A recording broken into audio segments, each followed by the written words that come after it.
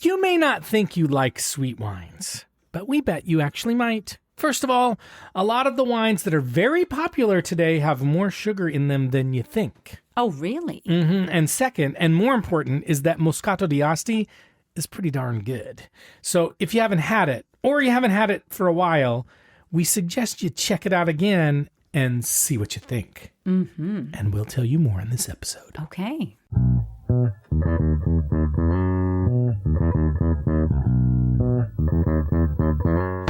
Hello to the Sip Happens crew, and welcome to the Wine Pair Podcast. I'm Joe, your sommelier of reasonably priced wine, and this is my wife and my wine pairing partner in crime, Carmela.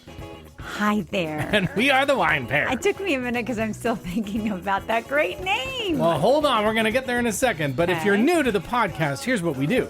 Every week, we buy wines under $25 with our own money. We taste them, and we give you our brutally honest opinion on whether they're worth buying. And nobody pays us to review specific wines. We don't accept free bottles from wineries, and we're not afraid to call out a bad wine when we taste one. And Decanter Magazine calls us fun, irreverent, chatty, and entertaining. So if that sounds like your vibe, welcome to our tribe of wine lovers or Sip Happens crew. Woohoo! Yeah. You just should hope, you should pray that Sip happens. Yes, and not the other stuff happens. But once again, the name for the tribe this week comes from Ryan, aka Ryan J. Fergie Cooks on the gram, the Instagram. And remember, if you have tribe names you're dying to share with us, send them our way, and we'll ask you if you want to be on the pod if you have not been on yet. But Carmela, we are staying in Italy for another week. What? This time around, we're tasting and reviewing a wine we have never done before, and a style of wine that we rarely ever review, and that is sweet wine. Oh my goodness. And I don't mean dessert wines either. Okay. What I mean is wine that is sweet as opposed to dry. Okay. And we're also going to review a Costco Kirkland wine in this episode. So this episode is kind of like a combo. Oh my it's goodness. like a combo meal. It's a twofer. A threefer maybe, because it's an Italian. threefer. Yeah, it's kind of a Italian wine adventure. It's kind of a Costco Kirkland signature. A virtual Yes. Italian wine adventure, Yes, guys. a virtual Costco Run. challenge. Date night. Yeah, and a virtual what the Do you know I saw WTF? that somebody else treats boy. their trips to Costco as date nights? We're not the only ones. Do you think that a lot of people do? You know what? I'm going to do a survey. I think the next time we go to Costco, we interview people as they come in, and we just say, "Are you on a date?" Yeah, no, thank you. But I do think they might need to start doing sips and strolls within Costco. Okay, and then they're hosted by the Wine Pair Podcast. Maybe. I like it. They're doing that down on the Future waterfront career. in Seattle. I like it. At the Pike Place Market, they're having sip and strolls. So I think Costco, sip and strolls. Can you imagine what people will buy if they're sipping and strolling and shopping? I can't imagine. Can we talk about the wine, We though? can. Okay, so the wine we're talking about today... Sip happens. Okay, Sip happens. Sorry. The wine that we're talking about today is Moscato d'Asti, and we'll go into some depth on it in a bit, and we have 2 Moscato d'Asti wines to drink today. But the first thing I wanted to talk about was just sweet wine in general, because it's something that we rarely drink in life and on the podcast, but it is very popular, and many people love it. And it's also unpopular with people, and many people don't like it. Like for me personally, I avoid it because it's not good for things like my blood sugar, True. as opposed to dry wine, which can have almost no sugar in it. And so for me, it's a better option than those. But like for you, Carmela, I know you often talk about that sometimes sweet wines just, in addition to the caloric intake, just make you feel a little bit tired sometimes. Tired of them, of tasting. Tired of them, yeah. So just alcohol in general makes me a little tired. True. But You're not unique there, but true. No. But yes, I just kind of think, ooh, this is delicious at first sip, and then sip happens. Yeah, and it's just too many sips, and I'm kind of tired. Exactly. And but more sweet wine than other wines, I think. Of course. But let's dig into sweet wine a little more and some of the science behind why people like it. So here's the funny thing about sweet wines, Carmela, at least in America. When people are asked in surveys if they like sweet wines, they often answer no. And my guess is that if you asked your family and friends, most of them would probably say, no, I don't. I like drier wines. The truth is their answer can really depend on the relationship with wine, which sounds serious, but it's actually not that serious. People who say they're casual drinkers tend to say they prefer wines that are smooth and fruity and sweet. Oh. Experienced wine drinkers, or what we may call connoisseurs, sometimes snobs, or at least those who aim to be more serious about wine, tend to say they prefer dry and tannic wines. Are you a snob? A little bit. Yeah. And new wine drinkers are also much more likely to say they prefer fruity and semi-sweet wines than dry or tannic wines. Okay. Now, I tried to get some sales data, and that proved to be a little bit difficult. But while it's really hard to find clear data on what people buy and don't buy in terms of volume, what I can tell you is that some of the biggest selling wines in the United States are wines that are on the sweeter side. Okay. Now, in order to classify a wine on this sweetness continuum, because it's a continuum, Carmela, we need to look at the residual sugar in a wine, which you can sometimes find on wine labels or text sheets, and you can sometimes also tell by the alcohol level, but that's not always reliable. But the tendency is that lower alcohol wines, especially when they're below about 11%, tend to be on the sweeter side because less of the sugar has been converted into alcohol by yeast. But that's not a hard and fast rule. You can't just go by that, because sometimes some wines that have higher alcohol also have higher sugar. But now on the continuum, here's how it kind of breaks down. Bone dry is 0 to 3 grams of residual sugar per liter. Dry is 4 to 10 grams. Off dry is 10 to 18 grams. Semi-sweet is 18 to 45 grams. And sweet is 45 plus. Now, you don't have to memorize that, but I mean, there's a break point at about 10 grams and then a big break point over 45 grams. And then just remember that everything gets thrown off when we talk about sparkling wines, because in sparkling wines, brut means bone dry, and dry actually means semi-sweet. Don't get confused, but that's the way it is. But it will come up a little bit later in the quiz. Ooh. There's no quiz. There's no quiz. Everybody just like hit pause. Yeah, they're like, oh, quiz? They get sweats. Off. They got like, they're going to have that dream tonight where they like couldn't get to class and they're getting lost in the dorm. Or they just push stop. Yeah. No, don't say that. I will say, everybody, too, we have a new view. We've graduated. I wondered when you were going to talk about our new view. Yeah. After many, many years in the basement, we have moved up. We have moved upstairs. Offices. Wow. Not location. Yeah. Well, sort of. Location within our building, which is our home. Our home. And it may sound a little bit different because in the basement, it's well carpeted, and this room is a little bit bouncy with the sound. Yeah, I wonder if you'll notice. I don't know. But no, we are. We're in our son's room. He's taken over the basement. Long story. Yeah, but I won't get totally into it. But let's just say it's We have a new roommate. He's a 22-year-old man. Roommate.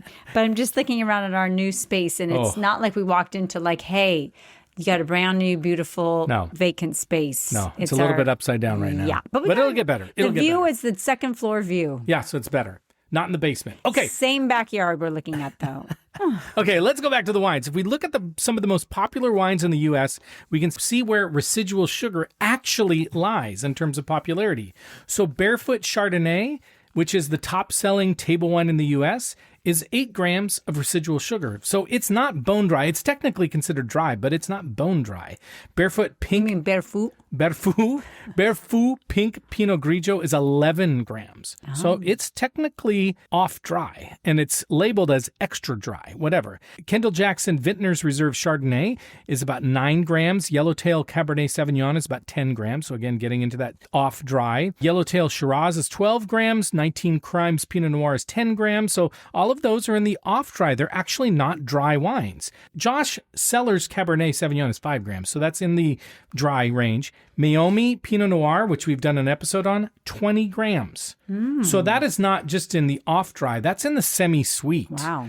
And then Apothic Red is 15 grams. This is another popular one. That's close to the semi-sweet range. And Ménage à Trois Red, which is dirty and is dirty. It sounds dirty and it is dirty, is 12 grams. So again, people would say, oh no, I like dry wines, but those are technically not really, a lot of those are technically not really dry wines. So they kind of hover in the dryish region, but they're kind of on the upper end. And I think that's by design. And we'll talk about that in a second. But some other wines that are very popular and high in sugar include Beringer White Zinfandel at 32 grams, Barefoot Moscato at 73 grams, Stella Rosa Red at more than 100 grams, and Franzia Chillable Red at 54 grams. So these are... Holy cow. These are definitely in the sweet range, many of them. Yikes. I should also mention one other thing, which is Prosecco, which has taken the world by storm, is actually extra dry. So that, again, in a sparkling, that means sweet.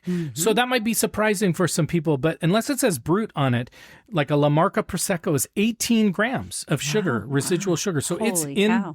It is in the semi-sweet range. Same with Rufino Prosecco. It's a little bit lower. It's at 15 grams. So don't fool yourself that sparkling wine, you may be loving it because it's got some sugar in it. A little extra sugar, a little spoonful of sugar. Yeah, and it might be giving you a nice headache. So first things first, sweet wines are popular. And in fact, Moscato, which we're drinking today, is the 5th most popular varietal by volume in the U.S. So ignoring sweet wine is not a nice thing to do. Now, the reason some people gravitate towards sweet wine has as much to do with genes and evolution and science as anything. As a species, humans are drawn to sweet because sweet means a lot of calories, and that's good. And fun. And fun. But when you're in the wild trying to keep yourself alive, you need foods that are rich in calories. And so higher sugar is good. So from an evolutionary standpoint, we're attracted to sweetness. And a lot of people start their wine journey with sweeter wines. And so that kind of becomes their expectation of wine moving forward. And if you like to cocktail your wine, which means drinking it without food, then sometimes sweet is really what matters because cocktails are sweet, right? True. And the reason that experienced wine drinkers often don't like sweet wine is, for one, they're associated with lower quality and cheaper wines quite often. So there's kind of a snob angle there. And for many, only dry red wines are really serious, which is kind of silly, but is a commonly held belief. But it is true that sugar is often added to wines to mask poor quality grapes. And then also sweet wines by nature are also kind of low in acidity, and acidity is key for pairing with a lot of foods. So anyway, there's reasons why maybe more experienced wine drinkers don't gravitate towards sweeter wines and gravitate more towards the more serious dry wines. So look, here's what we have to say. You do you. You do. Right. What you like matters. We're not here to yuck your yum. No. If you like things on the sweet side, go for it. Take a ride on the sweet side. Yeah, we're not here to say it's good or bad. Now, today we will drink these wines and we'll judge from our perspective whether we like them or we think they're good or not. But that doesn't mean that you have to think that. And in fact, all we care about is that you use us as a reference point. Right. You may find that the wines we like, you don't like. Or you may find the wines we like, you do like. Or it depends.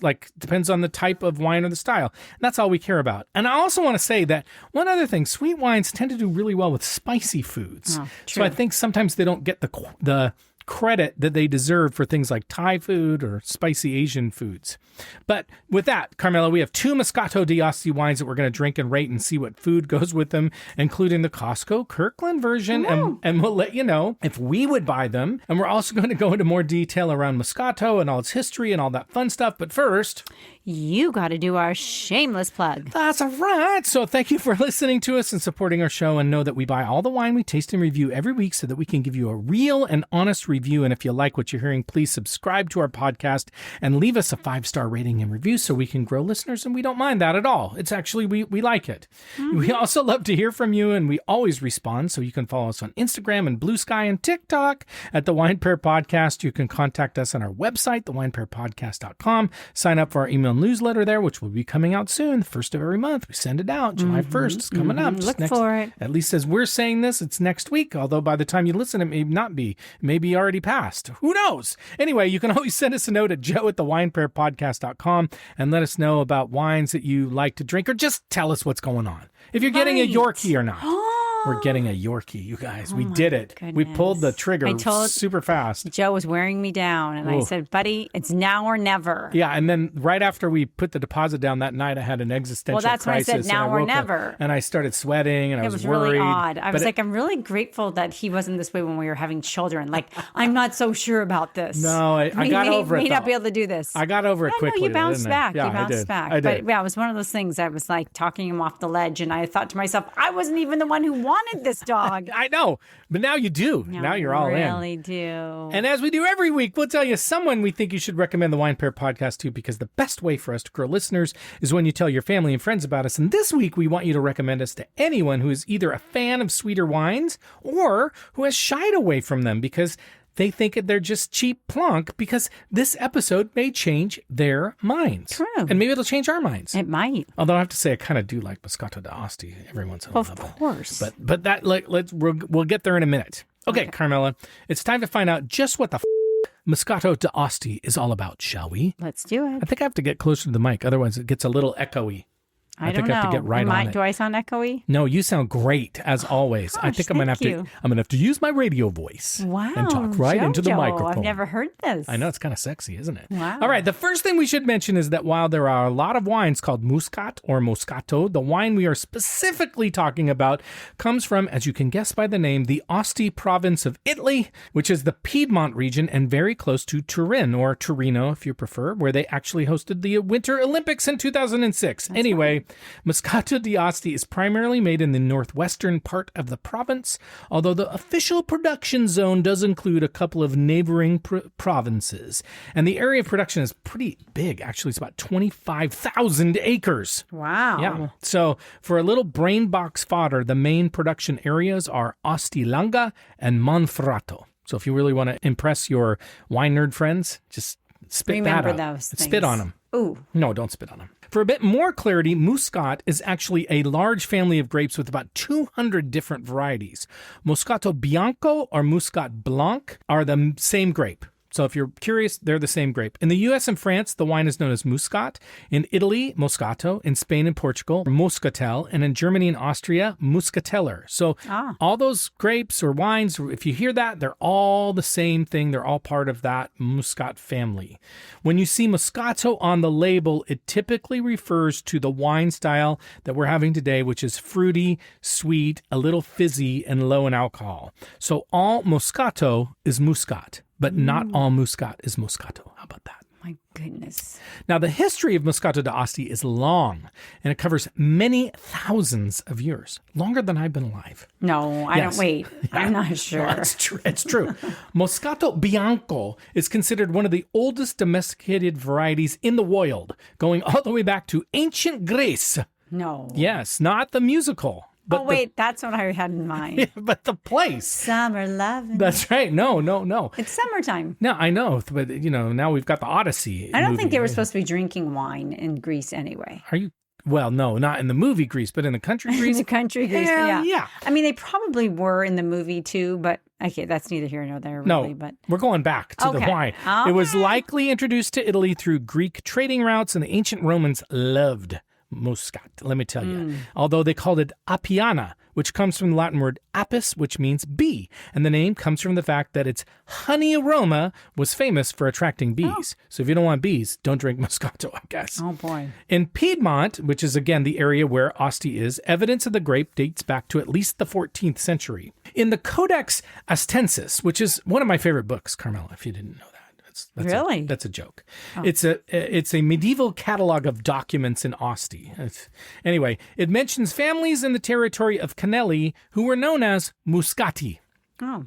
Now, it was a common custom to give last names to families based on what they did, and in winemaking by the vines they grew on their land. So that's where the Muscati came from. By the 16th century, growers in the Langhe were legally required to plant a certain proportion of Moscato in their vineyards. So this was a popular wine. Being required to do it means people wanted it. The science behind the wine that we recognize today came around 1606. And by that, I mean the style in which it's made. A guy named Giovanni Battista Croce, maybe related to Jim Croce, I don't know, was a jeweler to the Duke of Savoy. I don't know. I think it's John. Okay. John Croce. What did I say? Jim. No, Jim Croce was the singer. Oh. John Croce was the guy you'll have to... at PFI. Anyway. Big John. Yeah, that's Big all that John. came to mind. If you're from Seattle, you know Big John. Jim, just not Big Jim. Yeah, it doesn't do it. Okay. Anyway, this guy was a jeweler to the Duke of Savoy, and he wrote a scientific treatise that codified the complex process of making sweet, aromatic Moscato wine. And that method remained largely unchanged until 1865, when Carlo Gancia, after studying in Champagne, France, returned to Canelli to produce the first Italian sparkling wine using Moscato grapes that was originally called Moscato Champagne, and laid the groundwork for all of the regions eventual sparkling wine industry, which is where we get Prosecco today, and you'll see why. In 1895, an enologist from Piedmont named Federico Martinotti, he invented what eventually became known as the Charmat method, or the tank method of making sparkling wine, which is how Prosecco is made today. The secondary fermentation takes place not in the bottle like in a champagne, but in a pressurized tank called an autoclave. Oh. That's something for your brain box. Mm-hmm. Now, there was a dude named Eugene Charmat who refined the method in 1907, and that's why it's called the Charmat method today, not the autoclave method. Got it. But they're the same thing. And also other names for it are the Martinotti method, so they gave him a little dap there, and Cuvée Clos. But you know what? That's a lot. You don't have to memorize all that. My head is spinning. I know. The adoption of refrigeration also allowed winemakers to stop fermentation by chilling the must to near freezing temperatures, which preserved the grape's natural sugars and primary aromas. And that means also that they were able to, by turning off the fermentation, they kept sweetness levels high and alcohol levels low. And then traditionally, Moscato d'Asti was a wine that winemakers made for themselves. And you're going to like this, Carmela, because its low alcohol content made it okay to drink for the midday meal. No, I don't like that. Because then they could continue to work in the afternoon. See, I couldn't work. Okay. I'd have to take a nap. And I don't know if anybody's like, some people might like to have a little I think Italians especially. Yeah, they have a little. I mean, I'm not trying to just say Italians, but I think that we've seen that. And then they do go back to work, but I wish I could do that. I don't think I could do it either. I can't. Now, over time, it has become a standard digestif to cleanse the palate before dessert. The wine was granted DOC status in 1967. It was elevated to DOCG status in 1993. And in 2023, the historic zone of Canelli was elevated to its own DOCG. Wow. Moscato d'Asti had a big surge in the last about 25 years, in the 2000s. And it was mainly driven in the U.S. market, where sales skyrocketed between 2010 and 2014 because the wine started to show up in hip-hop culture and in lyrics by artists like Drake, Kanye West, Lil' Kim, and Nicki Minaj. Funny, huh? Yeah, they called it Moscato Mania. Oh, my goodness. And it became very popular from that. Huh. Today, it's very popular in Asian markets. It's growing in Asian markets like China and South Korea, where it's increasingly favored for celebrations and food pairings because it goes well with a lot of foods from those areas. Right. Now, the wine is popular because it's sweet and low in alcohol. And in fact, it's required to be between only 4.5% and 6.5%. So it'll never be higher than 6.5%. And there are beers that have a lot more alcohol than that. Interesting. I don't think I knew they were so low. Yeah, so low. Wow. And it's also lightly sparkling, or as the Italians say, frizzante. Frizzante, that's right. And it has to be 100% Moscato Bianco. And of course, to be a Moscato d'Asti, it has to come from Asti. Got it. And again, great pairing with spicy dishes, all that kind of stuff. But actually, the classic pairing during Christmas time is traditionally served with panettone. I did not know that. I didn't know that either. We don't do that. We don't do panettone and we don't do Moscato d'Asti, but we're going to do it. We're going to do it. Okay. But I think that's enough information, Carmela. I think it's time to learn about the specific wines we're going to drink today. What do you say? I'm ready. Okay, as usual, the wines we have chosen for this episode are under $25, and they should be relatively easy to find because I bought one at Costco, obviously, and the other one I got from wine.com.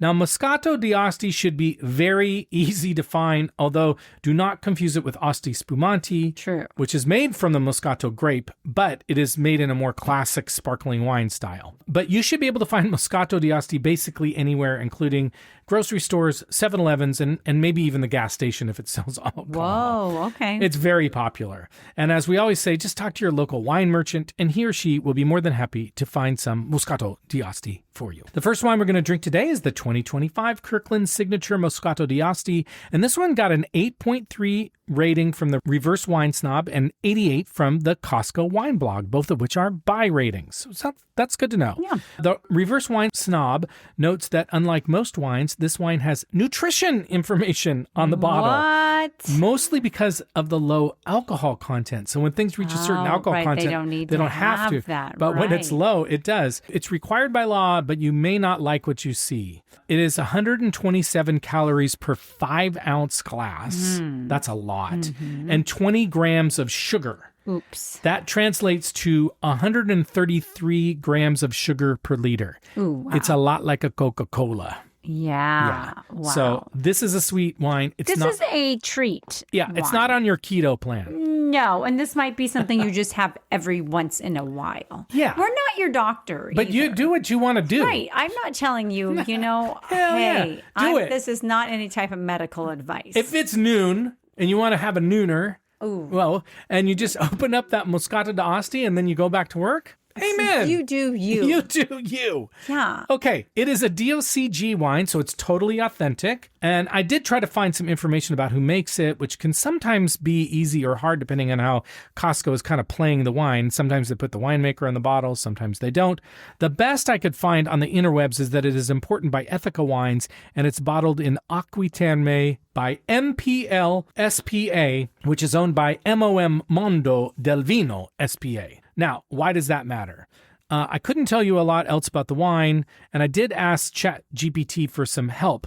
But what I can tell you is the wine operation, the sparkling wine operation in Acquiterme is likely the one that is making this as a private label. And the winemaker there is Loris Gava, and the assistant is Yelenia Dura. And so while I can't confirm it 100%, one of those two is likely involved in this wine in some way. And while we can't find any definitive information on how much of this wine they sell through Costco, you see it there a lot. Like you'll often just see it there. And a rough estimate from my friend ChatGPT, which is never wrong, by the way. Right. It's never wrong. My mom calls her Chat. Mr. Chat. Mr. Chat, is that they probably sell somewhere between 750,000 and 1 million bottles a year.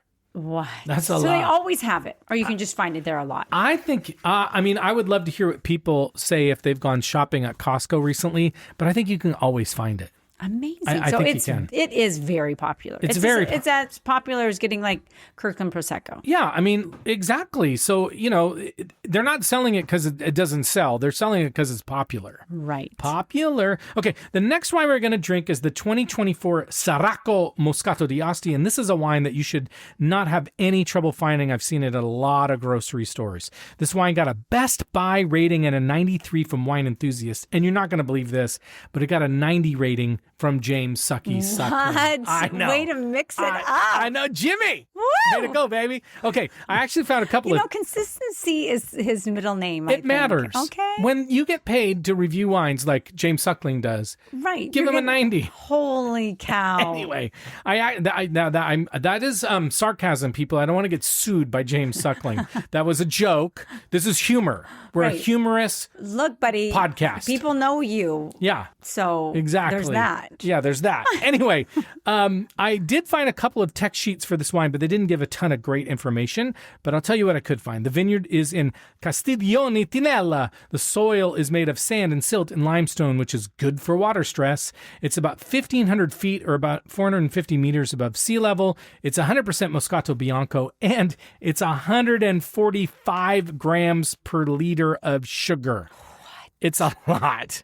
So, my goodness. Yeah, exactly. The winery says after harvesting, the bunches are gently pressed to extract the most flavorful juice from the outermost part of the grapes. I've never heard that before. From the skins, huh? Or like right before the skins? Well, this is why it's up for interpretation. What is the outermost part of the grapes? Oh, that's what I mean. Is it, if it's the outermost part? I think what it means is they're not like squeezing it down to the nubs. They're just they're coming up with some way to make it sound extra fancy. Yeah, exactly. Okay. The must is kept in stainless steel containers at -3 degrees Celsius, which I don't know what that means. And I know it's below freezing, where it can be kept for months. And then when there's market demand... Below freezing. Oh. Yeah. It is then transferred into autoclaves for temperature-controlled fermentation, micro-filtered for purity, and then bottled to keep the freshness and flavors intact. And for both of these wines, and any Moscato d'Asti, you want to serve these wines cold. Ooh, I was waiting for that. Cold, like fridge cold. Yes. Sometimes we say, take it out of the fridge, 20 minutes. No. It's not a 2020 No, this one breaks the this. 2020 rule. Take this baby out of the fridge and then drink it and put it back in the fridge or put it in an ice bucket. What about an ice cube, guys? But yeah, you know what? You could totally have this with ice cubes, and it may actually help tamp down on the sweetness. But you know why you don't want it to get warmed up? Why don't you want it to get warmed up, Joe? When sweet wines get a little warm, they start to get syrupy. They start to get a little cloying. So if you want to just get that like crisper, kind of like a cough syrup. Exactly. Because we drink a lot of cough syrup and we just keep that stuff in the fridge. When I recently had cough syrup, it reminded me of Moscato. When's the last time you had cough syrup? I don't know, but you could, you know what? I don't know. But again, the last time I did, I was like, oh, is this cough syrup or is this Moscato? Okay. I wasn't Okay. Was it lightly effervescent? Maybe. But also the coldness helps with the effervescence, which I didn't have a cold, by the way. No. She doesn't. She often has cough syrup before she comes to bed with me. Anyway, that's a whole nother story. What? But that's enough information. So let's get to drinking. If you have a Moscato di Asti or any sparkling Asti or Moscato or whatever, just drink along with us. And we'll be right back. Okay, we're back and we're ready to try our first wine. The first wine is the Kirkland Signature Moscato di Asti. It's from Asti, Italy. This is the 2025 vintage. It was $8.49 at Costco. Come on. Only 5% alcohol, 100% Moscato Bianco. And again, the Reverse Wine Snob gave it 8.3. Costco Wine Blog gave it an 88. Those are both good scores.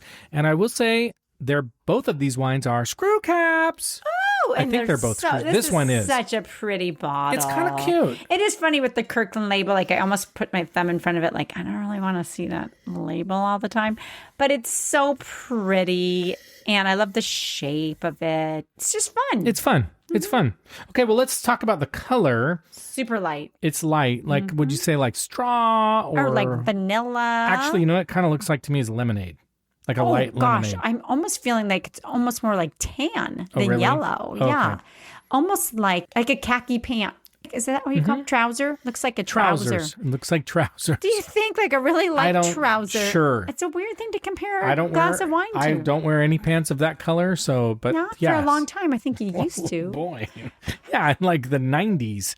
Anyway, okay, that's how old I am. All right, let's smell it. It smells so good. It smells like a candle. It does smell like a Yankee Candle. Yeah, it smells like pear, and it smells like honey. It's got a little citrus on it, I think. Maybe a little, but like a little tropical fruity kind of smell. It's like a pina colada. Ooh, I like that. Do you think there's a little coconut in it? I don't know, but I just think it smells lovely. Like it doesn't even smell like alcohol wine. No, it smells like a delicious alcohol, but yeah, it smells like a delicious fruit juice. It's got a little spice on it too. Like I feel like maybe it's got a little hint of like cinnamon or something or clove. Yeah. Oh, what? I'm just like.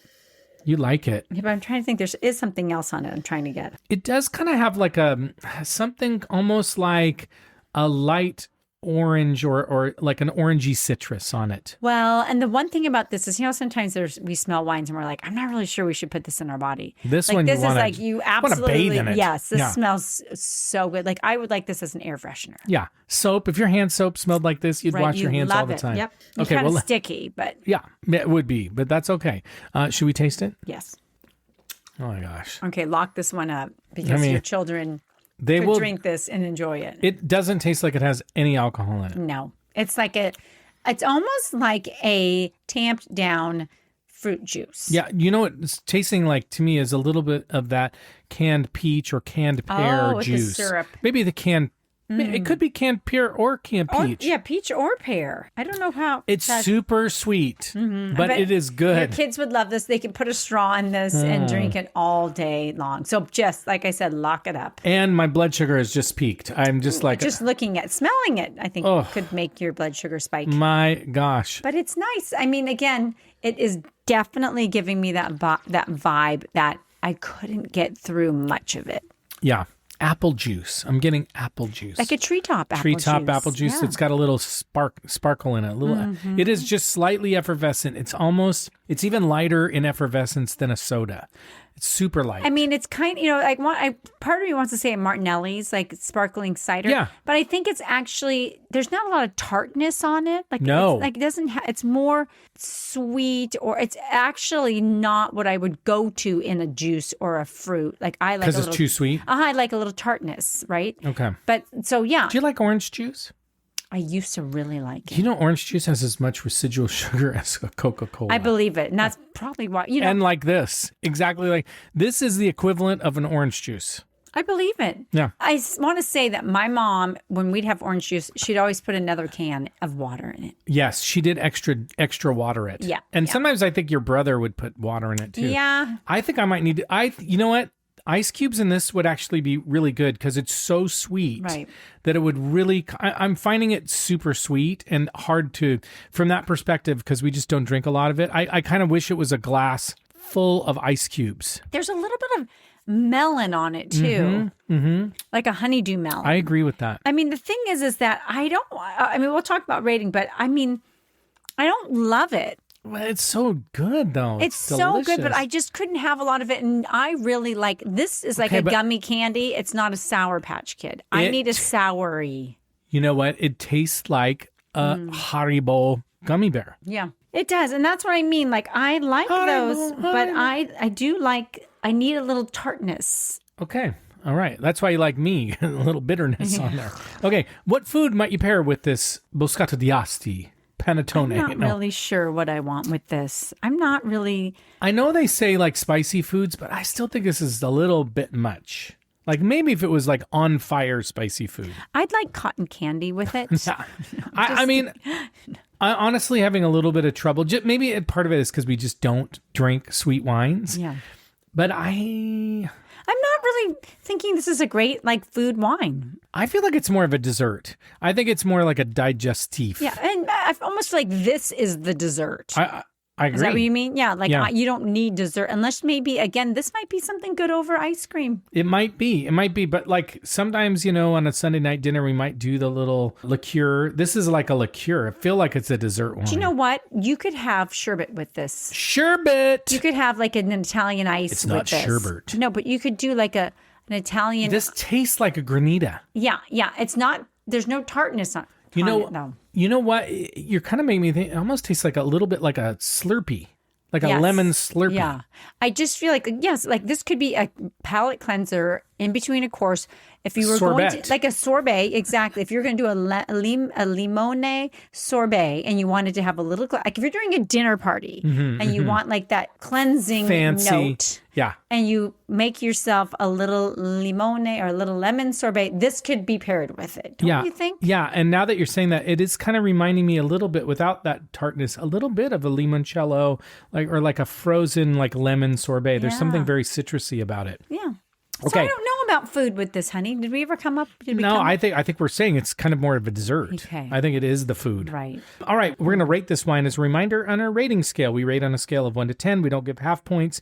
7 and above means we'd buy it. 4 below means we're pouring it down the sink. And a 5 or 6 means we're going to drink it and we'll finish it, but we're probably not going to buy it. So this is a tough one. This is really tough. Because I like it. I probably wouldn't buy it, but that doesn't mean it's not buyable. Yeah, see, this is what I'm having a hard time with. I like the whole idea around it. I do too. And I want to really like it, but I am not going to finish this. Yeah. I'm not going to. Yeah. Not because it tastes bad. Yeah. It tastes good. It's just not what I like. You're not 4 or below, definitely. No, I'm not 4 or below, but like I'm still not going to probably finish a glass. Sure. So But I I guess would maybe have we're a breaking little- our own rating scale a little bit. That's the thing. Where would you put it? That's where I'm having a hard time because I like the taste of it, but I would need to have a small serving of it. I'm gonna give it a 5. Okay.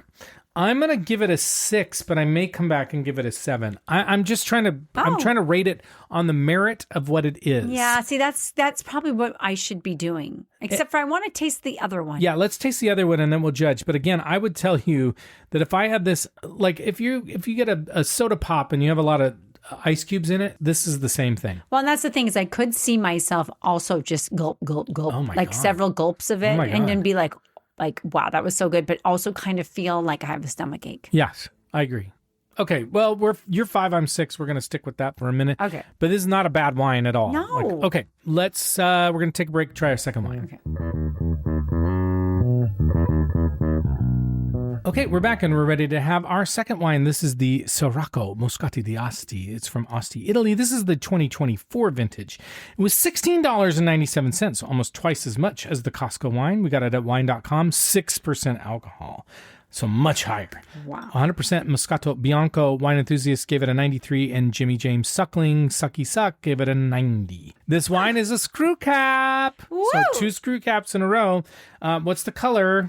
It's nearly the same as the other one. It's very light. I gotta be honest, I feel like there's a little green tinge in it.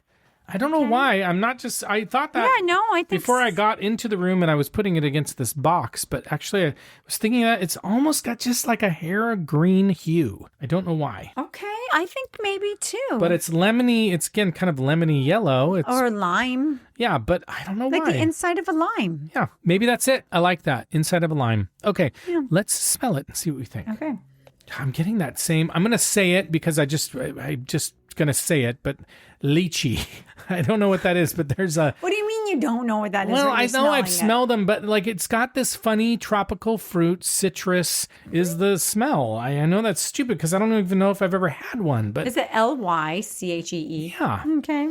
But it's got a little spice on it. It's a little spicier, It's a little spicier. I would agree with that. And I don't think it is as like, it's not like as cloying. I can't say the word very well. You know, like the smell is not as sweet. It's not. I also say this one is almost like foamy. Yeah. Like if you swirl it around, it gets kind of foamy. We're going to see. It could be very effervescent. I agree. I'm getting a little peach on it, a little bit of... I'm getting a little yeast on this one. Are you? A little bit. Yeah, I don't know why. Just a little bit brioche, like a sweet bread. Sweet bread, like a donut. Like a donut. Kind of, yeah. Like, you know what it smells like a little bit? Just on that note? A lemon-filled donut. Come on. Ooh, come on. Like, man, that sounds little bit? really good. Yes. Doesn't it? Maybe a little bit? Mm-hmm. Okay, let's taste it and see what we think. Okay. Believe it or not, I actually think this one's sweeter. I don't know why. In the mouth, it's super sweet, and it's very, like, lemony, citrusy. There's a little bit more citrus on it, on the taste, though. I think there's lemony. A little more. You think lemon or lime? Or orange? Maybe orange. Hard to tell. Because orange can kind of be tamped down. Like, there's still not a lot of acidity or tartness that I miss. I kind of wish it was a little bit of tartness on it. Like a little bit of lemon, actual lemon. Lemon. Do this. Take a little sip. Just take a little sip and put it in your mouth. I think it tastes like lemonade. Yeah. I think it kind of tastes like a lemonade. It does does have a little bit of that tart. I know you're saying you want more, but I feel like it does have a little bit of tartness. This one definitely more than the other. Yeah. This one I actually think food would pair better with. Well, do you want to go there? Let's go there. Okay. So, I mean, I do think you could do like spicy food with this. I could definitely see, like some sort of spicy Thai dish, a pad Thai. I think you're finding like the last one was a little bit more floury or soapy, and this one is more lemony. So I think that tends, like we're thinking more food because it's that lemon is acidic. And even though this wine isn't super acidic, it does have that lemony edge to it. Right. Well, with the effervescence and that little bit of brioche or yeasty taste that's going along with it, it's a little more palatable with food. You know what it tastes like to me? What? Your lemon squares.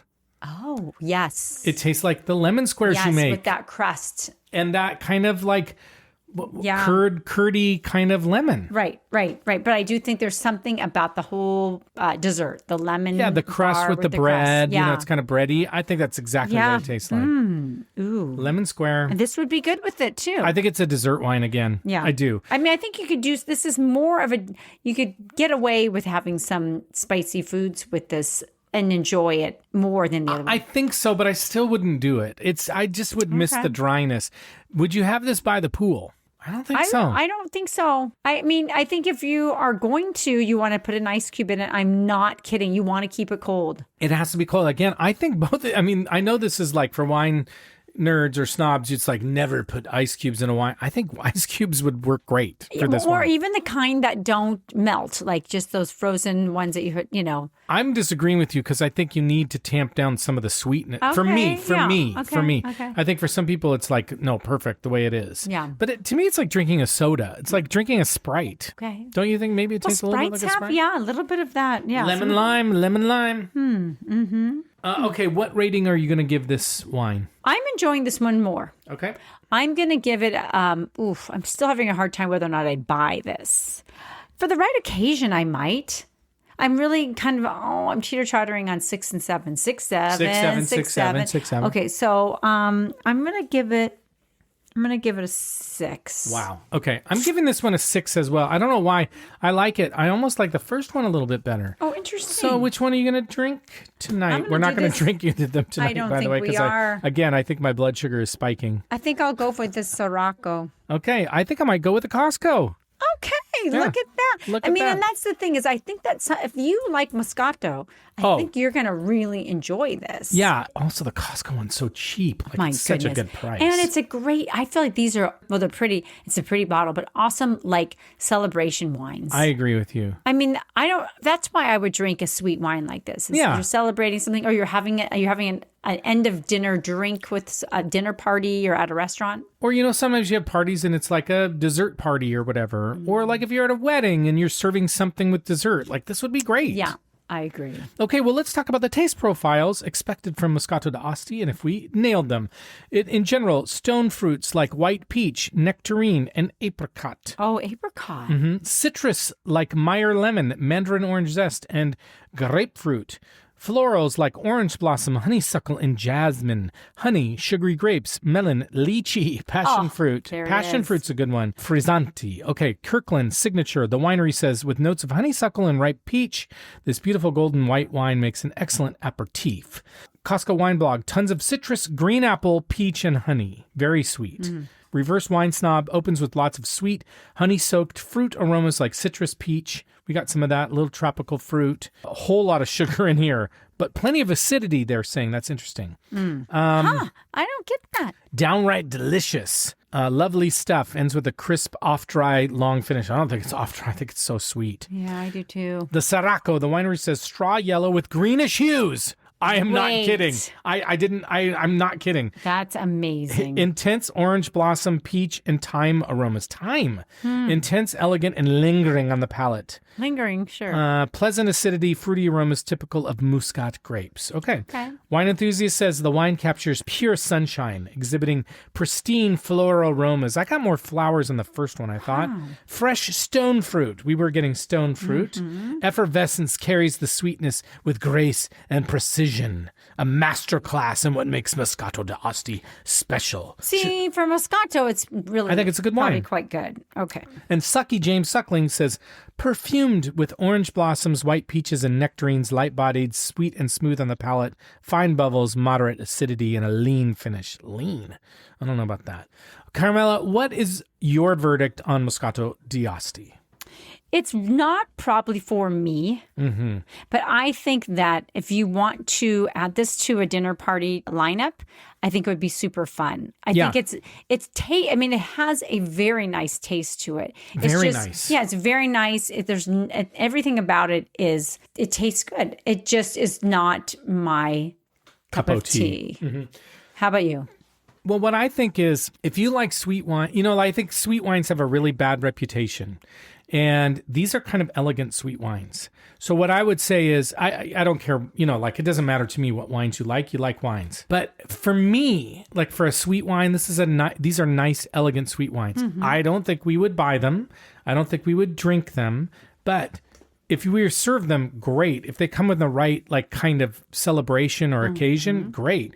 It's just, unfortunately, there's too much sugar in them for me. Yeah, and then sipping on them is another thing. Like, I'm not going to need, this is almost like a liqueur type of serving. I agree. You just need like a hint of it. For us, that's all you need. Like a tasting, if you're going to a wine tasting, that type of serving. Yeah, a little bit. I agree. And now it's time to head over to our news desk so that we can cover our Wine in the News this week segment. Wine in the News this week. Our Wine in the News this week comes from a packaging industry trade publication called Packaging Insights, which is, wow. And it's written by Libby Davis, and links are in the show notes as always. And her article is entitled, Aluminum Cans Offer Viable Alternative to Glass for Wine Packaging Study Finds. So it answers the age-old question, does it matter if your wine comes in a can or a bottle? We've tried both. We have. Now, wine, we haven't done wine in a can in a long time. No. I think there's just good purpose for them. Well, we're going to talk about that. Okay. Wine snobs, wine purists may scoff, but the science is starting to say it doesn't matter. So it turns out that researchers at the University of Florida took wine, put some in aluminum cans and some in glass bottles, and kept them side by side for 6 months. So same environment. Then they tested things like color, aroma, flavor, acidity, alcohol, the chemical breakdown of the pigments, and more. And what they found was that the cans performed comparably to the bottles, and that the changes in the wine were the same in both types of packaging, and it could be attributed to time and temperature rather than the actual container. Exactly.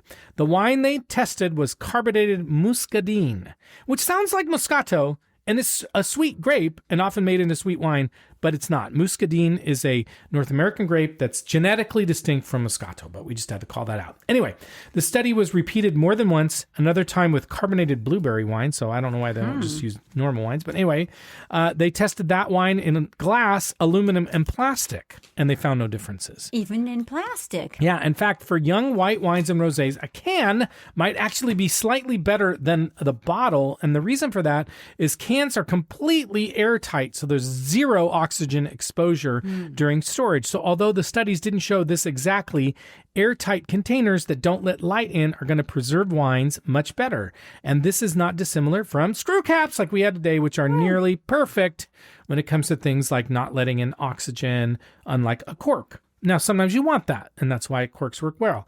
And a separate study from the University of Arkansas, lead researcher Renee Threlfall said the perception is that quality wine is in the glass, but that the perception can change as new and innovative packaging for wine becomes available. But from our perspective, there are added benefits to things like cans because the weight is less, the cost is less, and so there's that too. So Carmela, the science is in. And although we have not had wine in a can for a while, we do kind of like it. Oh, yeah. But remember, don't let it fool you, because each can equals a half bottle of wine. It's crazy, people. So, you're thinking, I drink a can of pop or a can of beer or a can of sparkling water. It's very different. Very different. Be careful. Don't tell us we never warned you. Right. Wait. Is that how you say it? I don't know, but I like it. All right, we have a lot of listener shout-outs this week. Super fun. We love it when you reach out to us and tell us what you think or what you're drinking. So here are some. Adam let us know he did try his older vintage Moussar Lebanese wine, but he felt like its best days were behind it. It was a 1994. Oh. So it was old. Yeah. He didn't think it was, he liked it, but he didn't think it maybe it was past its prime. Timmy sent us some more names and also schooled me on some pronunciations because I don't do French that well. And he shared his concern that he knew that we would not like the Alsace Pinot Gris. So there you go. Okay. Christine, a.k.a. Tips to Live By, shared that since their trip to Italy, she's been really into Chianti and other Italian wines. So, hey, cool. There you go. East Idaho Foodies told us about some Chianti they were drinking, talked about a dog. They had a Morkie, which I think is a Maltese Yorkie mix, which is probably really cute. Oh, my goodness. And she said that they went to Toronto to see Croatia in the World Cup.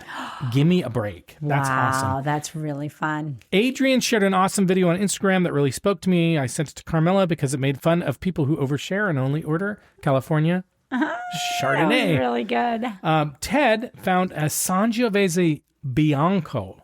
Have you ever heard of that? No. White Sangiovese. Wow, where? At a wine store. I don't know. It's from Italy. No way. Because it's Sangiovese.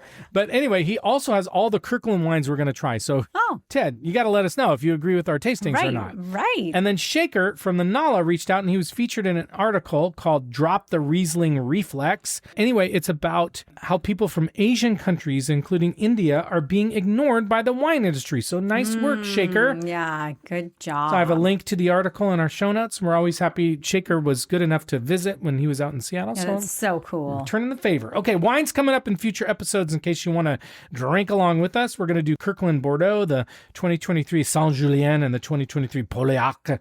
I probably said them wrong, right, Timmy? We're going to do Verdejo. We're going to do Gigondas. We're going to do Vermentino. We're going to do Chateauneuf de Pape, including the Costco one. And if you want links or the exact vintages or whatever for these wines, you can always come to our show notes. But with that, thank you for listening to us and supporting our show. And remember, we buy all of our own wine, and we do all the writing and recording and editing to bring you a show every week because we absolutely love doing it. And our small, tiny, teeny little ask is that you please follow or subscribe to our podcast and leave us a nice 5-star rating and review to help us grow listeners. And a huge, huge, huge thank you to everyone who's done that already. You can follow us on Instagram and Blue Sky and TikTok at The Wine Pair Podcast. Contact us on our website, thewinepairpodcast.com. You can sign up for our email newsletter there. You can visit our shop wine section where you can get links to all the wines that we rate as buys from our episodes. And we love to make content that you care about. So just reach out to us at joe@thewinepairpodcast.com. But with that, we're going to sign off. So thank you once again. We'll see you next time. And as we like to say, life is short, so stop drinking shitty wine. Bye-bye. Bye.